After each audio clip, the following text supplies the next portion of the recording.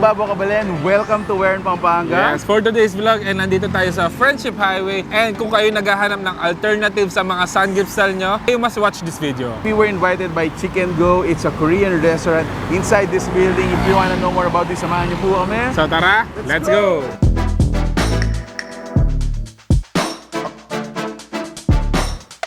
Pasok tayo, pasok tayo. Chicken Go. Chicken Go. Social. Alright, so this is it. This is the place, guys. Welcome to Chicken Go. Para sa akin, it's a small to medium restaurant na Korean style yung mga siniserve nila dito. And then, kagandahan dito, guys, open kitchen tayo dito. So you can check out habang niluluto nila yung mga in-order natin.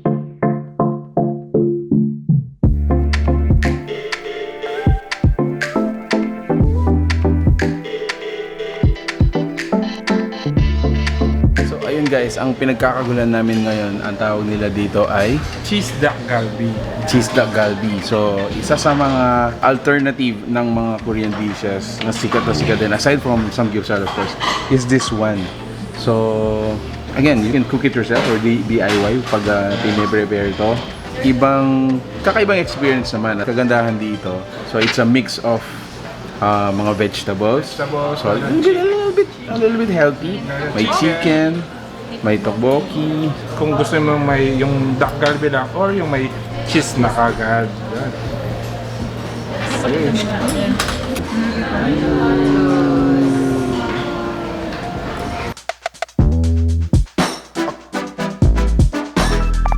So, yung dakgalbi natin, meron siyang single serving na side dishes din. And then aside from that, guys, this is Chicken Go. So, isa sa mga best sellers din nila, actually main dishes nila, mga chicken.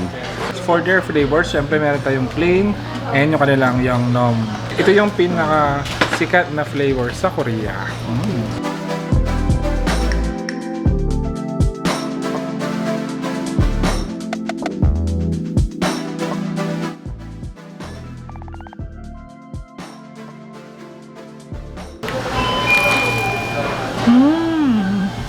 Crunchy.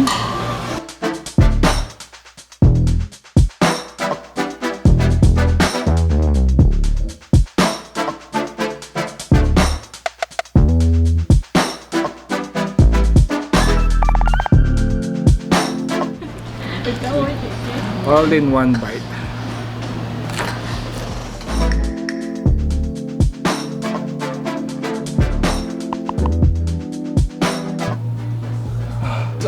Sobrang busog ko, Mark. Yes. Grabe. This is a different kind of experience.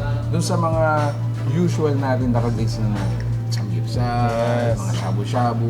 I think this is magandang banding din sa mga barkada. So aside from that, you can also enjoy yung kanilang chicken. Yeah, so we have yongnom and yung kanilang regular, yung kanilang classic, original fried chicken. Original. Okay. Right. Ayun, so business information. So Chicken Go is located dito sa my Friendship Highway, Angeles City, and they're open from 11:30 a.m. to 12 midnight, Monday to Sunday. So yun, guys, if you like the food you saw in this video, please give it a thumbs up, share it with your friends, and we hope to see you here. So that's it. Thank you for watching We're in Pampanga. Until our next discovery.